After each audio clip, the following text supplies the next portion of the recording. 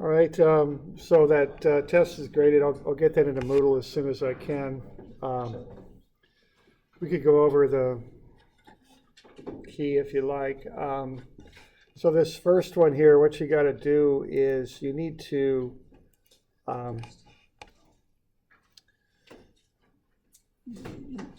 really don't even need to find the reactions on here if you don't want. It's up to you on this one. You could, and it certainly wouldn't hurt anything, but the deal on this is you take one whole side or the other and you cut through the point about which you want to find the stress. So I would cut it like that.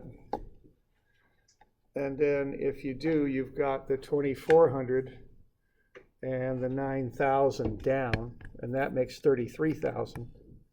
So what you need for equilibrium is 33,000 up. So it's going to pull up to counteract the down, so the bar will be in tension. It's being pulled. Okay. Any questions on that?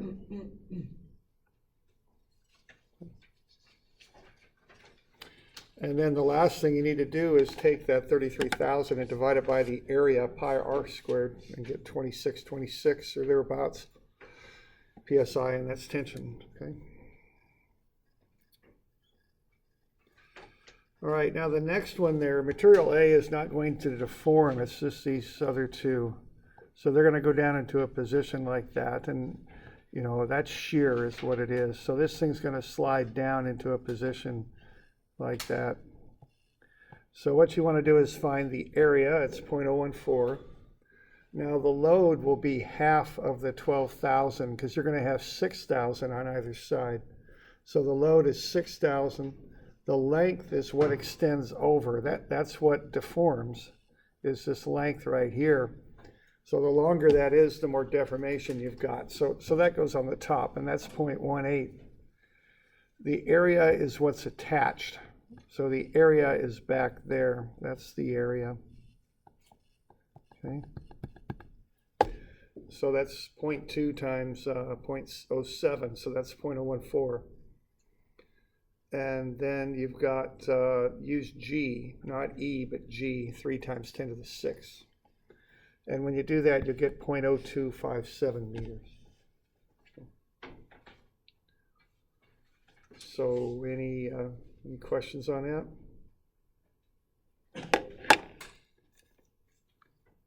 Yeah. It's all the extra stuff you have going on down there, like tau. Yeah, there's two ways to solve it. So, on my key, I'll often put any sort of reasonable way. But the quick way is the VL over AG. Okay. Other questions?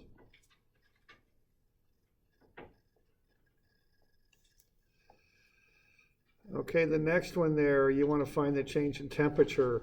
It's going down by 16 degrees. You want to find the area of the rod, 19.63. Quickest way probably to do this is to find the strain due to temperature. It's negative 0.008. I went ahead and found delta. You could have gotten around doing that, but I went ahead and did it. It's negative 0.288 inches. So delta is PL over AE, so P is delta AE over L. Okay, so I went ahead and plugged everything into that. So 0.288 inches is delta, the area is 19.63, E is 2.8 times 10 to the 6, and L is 36. Divide that out, and I got the load for 39,712. Divide that by the area, and I got the stress, 22,400. Now there's other ways to do this, but that was one way. Okay. Now you could have also have taken that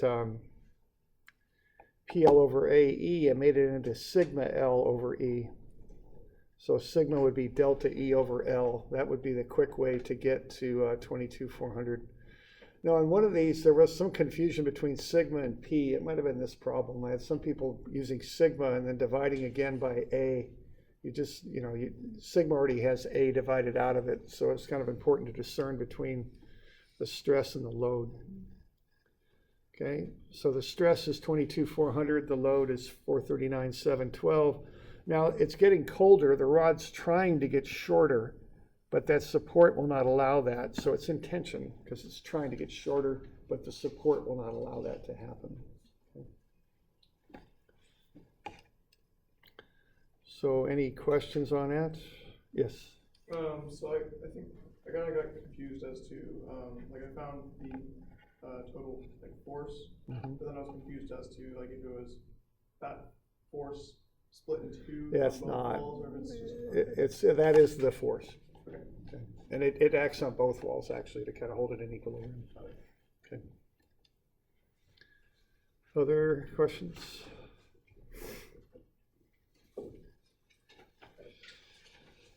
Okay. The next one, what I was looking for there was to find sigma over epsilon. So I just went up here to 100. That's kind of the end of the straight line, and divided that by 0.02. So 5 times 10 to the 9 was the modulus of elasticity. Now for a stress of 80 megapascals, the strain is 0.016. So you could take the original length times 1 plus the strain, get 15.24. That's the final length, or not, that's the length when you've got a stress of 80,000, or excuse me, 80 megapascals. Okay. Now, if you want to find the thickness of the bar, what you do is you use Poisson's ratio, find the lateral strain to be negative nu times the axial strain. And that comes out to be negative 0.0064. So it's getting thinner. So 1.2 centimeters times 1 minus 0.0064. So that's 1.192 centimeters for the final diameter. Okay. All right, so just use the stress over the strain to find E, and then find the 1 plus the strain times the original length gets you the final length, and then use Poisson's ratio to find the lateral strain. Also had some people do some things with these numbers that were fine, you know, so I made note of that on the key. All right, any questions on the stress strain curve there? I'm doing all right? Okay.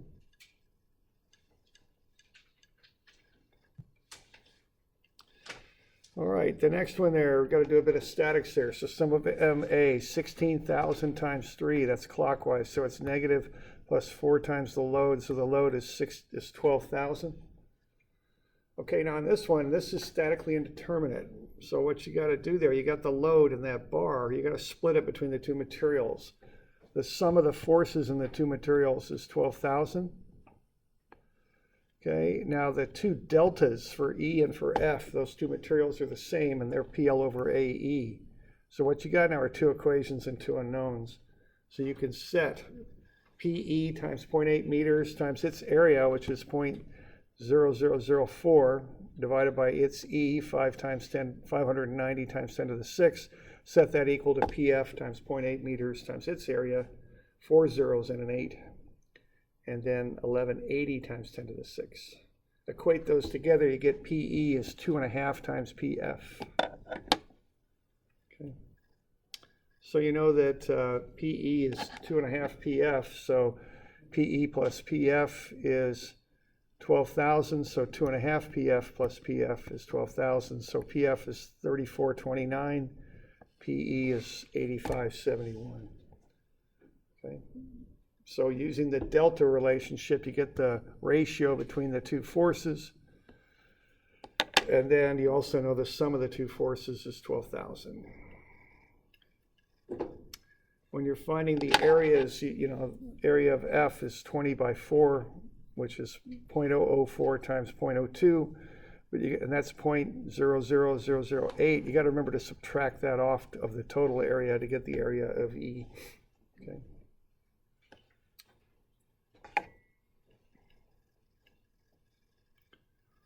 Any questions on that? That one?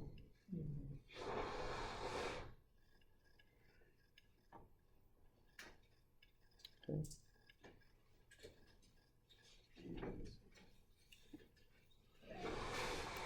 Okay. Okay, the next one there, what you're doing on that, you're just using the proper angle and plugging it into the formula, you know. So 31 degrees, and you got the different stresses on there. Negative 38 for sigma x, positive 82 for sigma y, and 24 for tau xy, negative 24. And the angle's just 31, you just plug them into the formulas. And you get negative 27.4 and 41.7. Okay.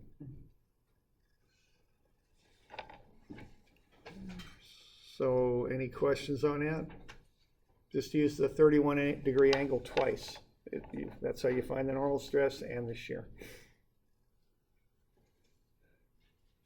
Okay.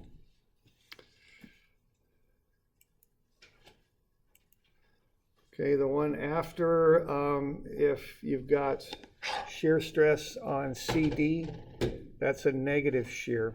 So that's clockwise. So that's going to take the top piece, move it upright with respect to the bottom. Okay.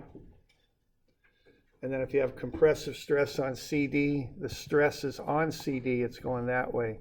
That'll just crush it inwards right there. Okay.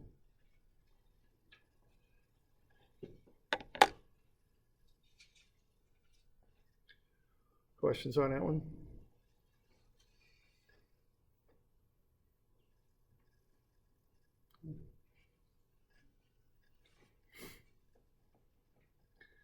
This next one here, you want to find the angle at which the maximum normal stress acts. So it's tangent 2 theta is tau xy over sigma x minus sigma y over 2. So when you run that, 2 theta is 40.6, so theta is 20.6. Okay. Plug that into the general normal stress formula, and you'll get sigma 1 is 54.2 at the 20.3 degree angle. So 54.2 is the maximum tensile stress. What else? What did you need on this thing? It was the tensile stress and it was the shear stress too, right? So what you do to get the shear stress, you could check to see if the other principal stress is the maximum tensile. It turns out not to be, but if you wanted to check it, you could use sigma 1 plus sigma 2 is sigma x plus sigma y. You've already got sigma 1, sigma 2 is the unknown, you got sigma x and y. So sigma 2 is negative 130. Okay, so that's not it. So the one that is the maximum tensile is at 20.3 degrees, it's 54.2. To get the angle for the maximum shear stress at 45 to 20.3, you get 65.3. Plug that into the general shear equation, you get negative 92.2 at 65.3. Okay. So we got 54.2 for the tensile at 20.3 and negative 92.2 at 65.3. Okay.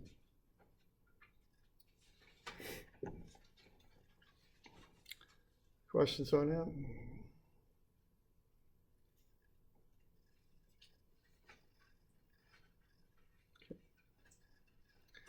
Okay, that Morse circle, there were a few different ones in circulation. You might say the main one was here.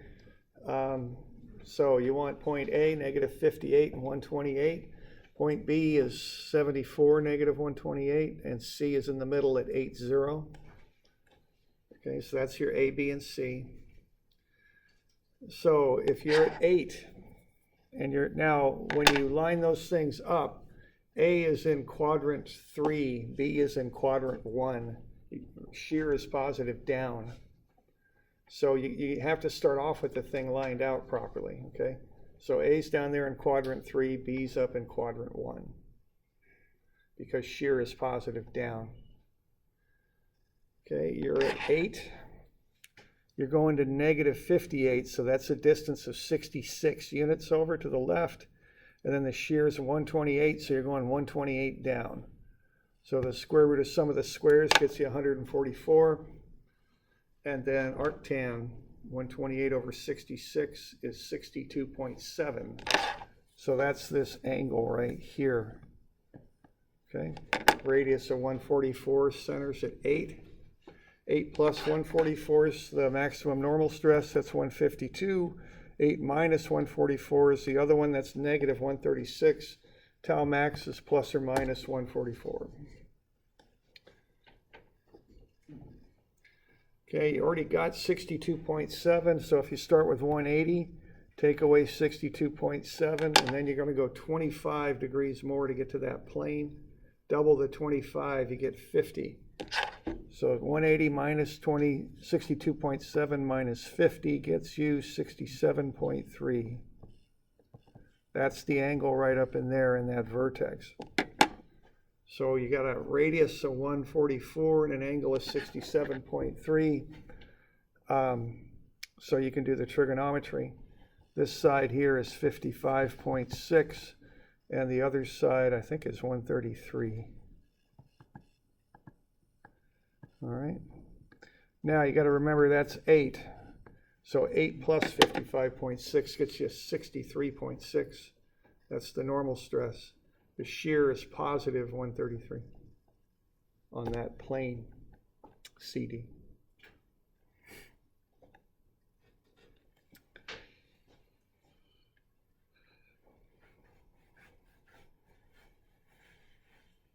Questions on that?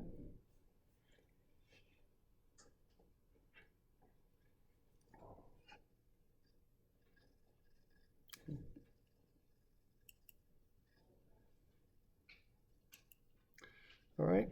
There were a couple other more circle problems out there, so I don't think anyone here got a different one, but a couple people did. So here's the look of it. If you're online or something and you're curious what that one looked like, that might be a bit small to see. There we go. So there's A, B, and C, R, theta. Find that angled over there on the side at 72 this time. There are the finding sigma 1, sigma 2, and tau max, and finding that trigonometrically these two sides so that you can find these stresses here. You can just screenshot that if you need, okay?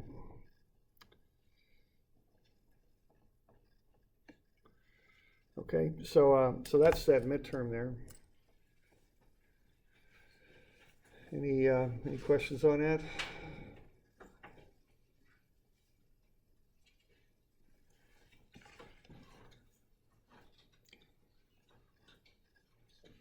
Okay.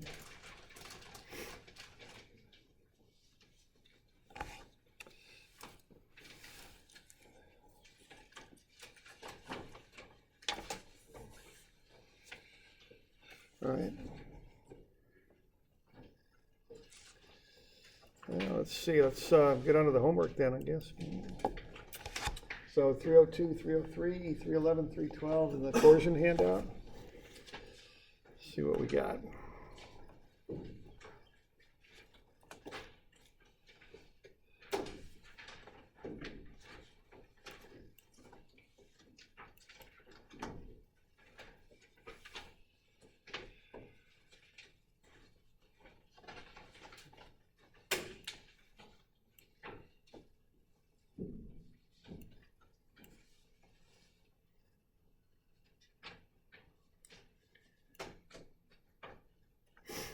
All right, 302 is, now this is kind of similar to what we did in class here.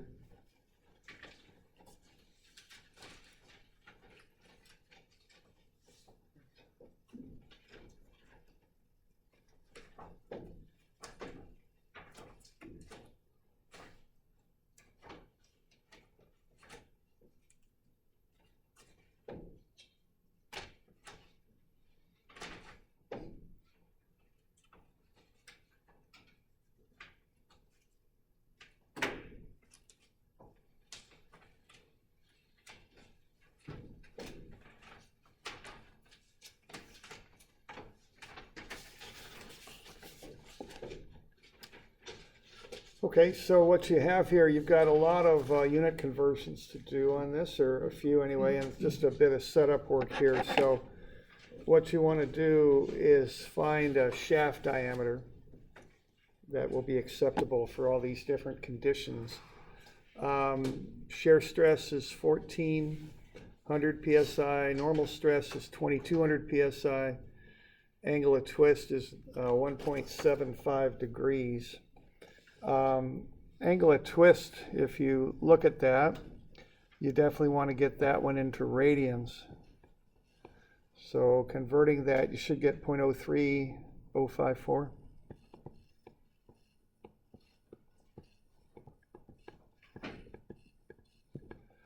Okay, 600 RPM, you want to get that into revolution, into radians per second. So that's 62.83 radians per second. Okay, we've got 125 horsepower. Okay. What do we got? We got 1 horsepower. We want to get that into more reasonable units too. That's 550 foot-pounds per second.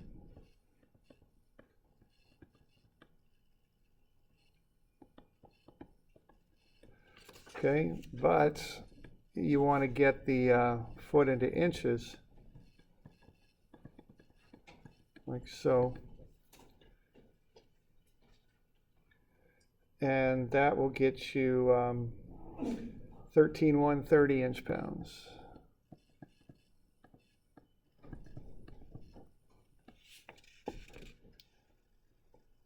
Okay, so that's just some of the conversions you want to do straight away.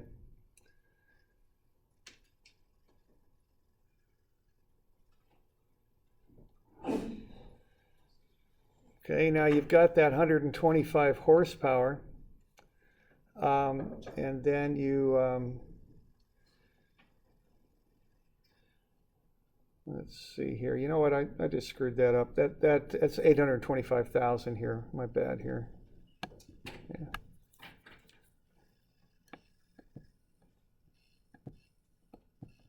There we go. That's inch-pounds per second. There we go. That's what I want. Okay, and then the power is equal to the torsion times omega. So based on that, you can get the torsion. So the torsion comes out to be 13,130 inch-pounds.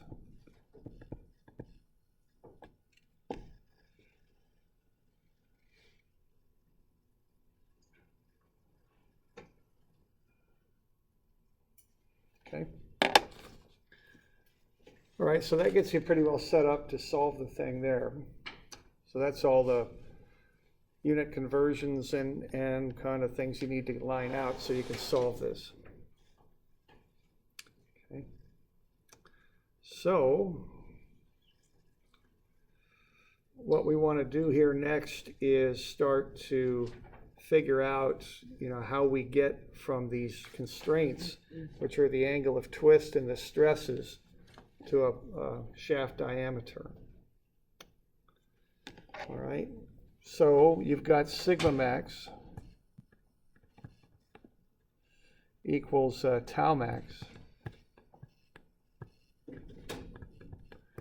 and that's TR over I. Okay. We often put a P on that because it's a polar moment of inertia. A lot of books will do that. Okay, but what that is then, because we want to get it down to the radius is what we want to do. It's TR over pi over 2 r to the 4. So that comes out to be 2t over pi r to the 3. Okay. So what you're going to get then is R3 is equal to 2t, if I bring that, and then I've got pi times tau max. So that'll get you a formula for the radius. It's the third root of that. So 2t over pi tau max.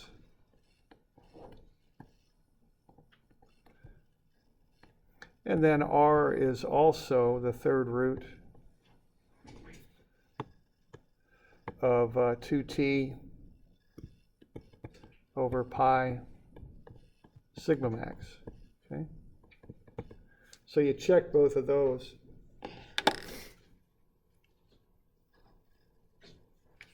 So what you're doing, you're taking that moment of inertia, you're converting it into its basic formula, pi over 2 r to the 4, and then solving for r out of the equation, okay? And, you know, you could get it down to here, so now you can plug in the stuff you've got. You've got constraints with tau and sigma, and of course you've got, you can get the torsion because you found that. So now you can find R for tau max. And that'll come out to be 0.842. And then you got R for sigma max, okay? And that's 0.724. Okay, then you got one other thing to check, and that's based on that angular equation, is the torsion times the length divided by the polar moment of inertia divided by g. Okay.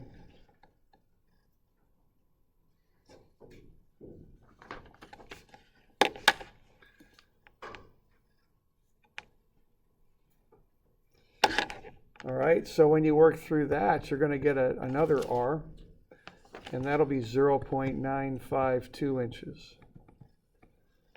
So you could do that one, see if you can get to that. And okay, so what you're going to do, you've got three answers then, 0.842, 0.724, and 0.952. You're going to have to find the one that governs. Okay.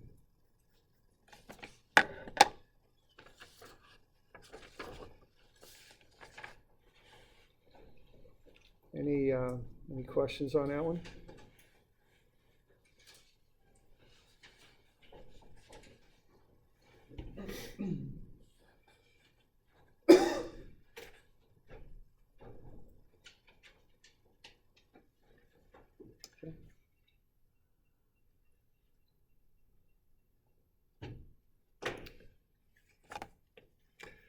So that one you're just kind of backing in to solve for the radius. Then I'm asking for diameter, so just remember to multiply it by 2.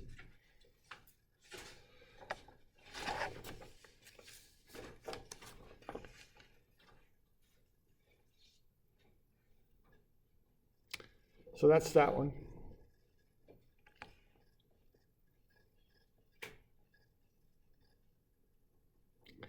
Okay, this next one, what you're going to want to do on this one is find a few things here. We want to find the maximum shear and normal stress in the shaft is what we'd like to do on this. So what you're going to have here, if you're looking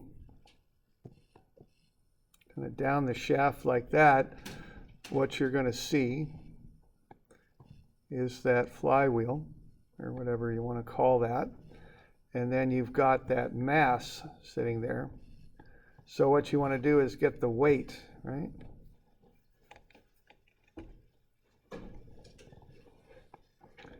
Find that distance.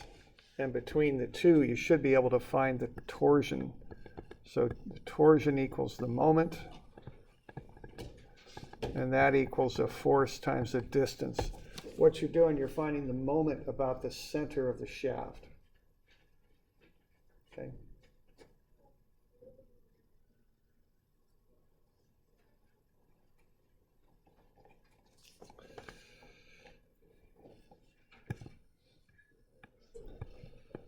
Okay, now what RPM means is revolutions per minute. What you're going to want to do is get that converted into radians per second. Okay.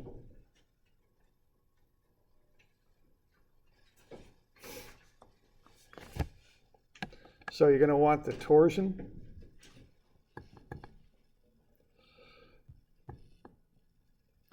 And you're going to want the angular speed.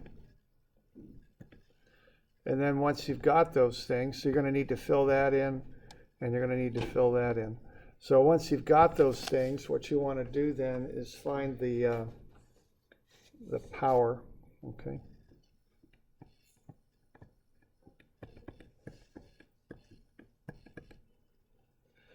And when you do that, you should get 1165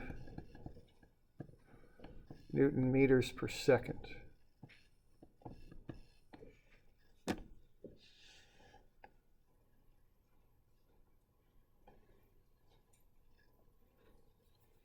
And then also, you got to find tau max and sigma max.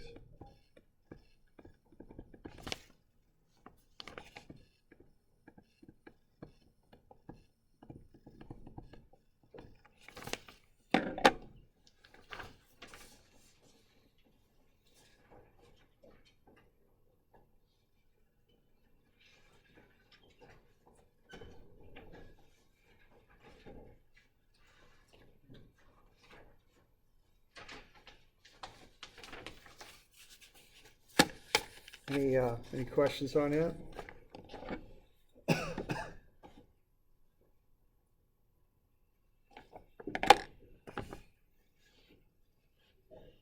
Okay. So those are the two power problems there.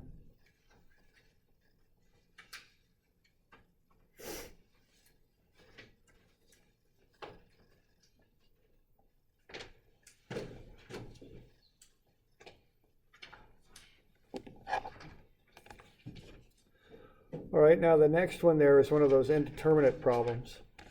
So if you apply that 80 pound-feet that way, you're going to get torsions coming back the other way. All right, so going to need to work that out. We want to find the reactions and the angle of twist. All right, so what you know then is that the torsion at A plus the torsion at C is 960 pound-inches. You know, get that converted. I don't want pound-feet, I want pound-inches. That just works better, okay?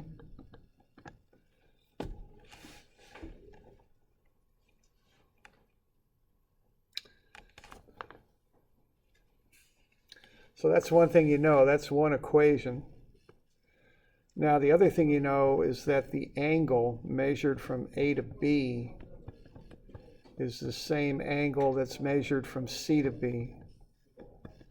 And that's TL over IG. Okay? So there you go.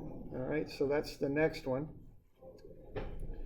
Now, when you work through that, what you'll get is the torsion from A to B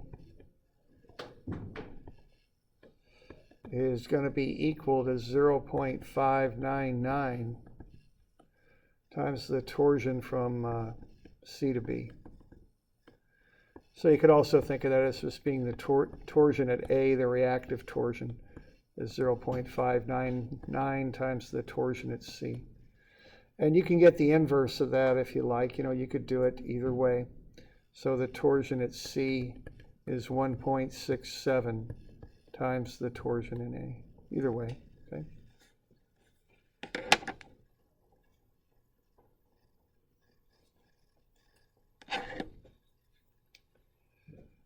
All right, so based on that, you should be able to find those torsions.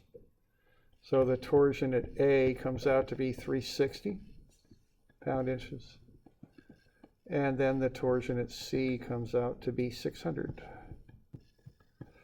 Okay, so this is statically indeterminate. So the way to approach this is to realize that the sum of the two torsions is the torsion that's applied. Because what you've got there are reactive torsions at the supports. And then you get a ratio between the two torsions by equating the angles from A to B and from C to B. They're equal to TL over IG. Okay, so using those two equations, you can figure out the reactive torsions. And then once you've got that, you can find the angle itself. And that will be, as you know, as we were saying, TA, L, AB.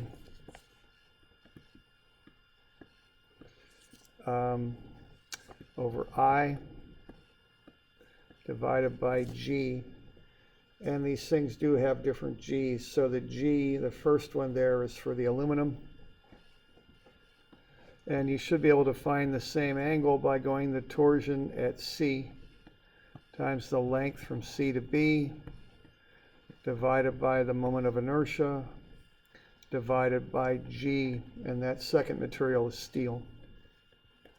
So when you run it either way, you should get the same answer, and that's 0.0914 radians, which is 5.23 degrees.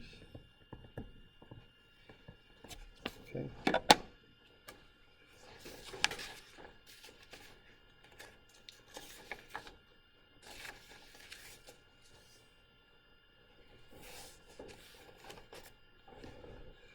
All right, so that's the approach on these statically indeterminate ones.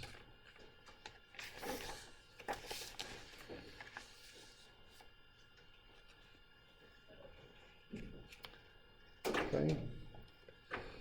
So when you start this other one's a little bit more complicated, but it has the same beginning on it, okay?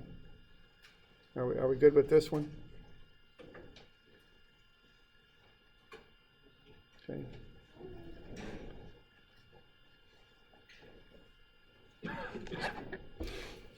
Okay, so this other one, take the torsion at A plus the torsion at C, and that's going to equal this moment arm, or this couple that's being applied.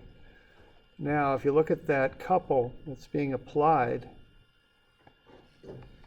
what you got is you got P going that way and P going this way. And what do we got? We got 0.375. Is that 3/4 pipe or something, or what is it? Yeah, 0.75. So this second dimension here is 0.375. They're all 0.375. Okay. So what you want to do is find the moment about the center. So the torsion will come out to be 1.5 times P when you work that out. It's like a couple from statics is what that's like. So that'll get you 1.5 times P for the sum of the two reactive torsions.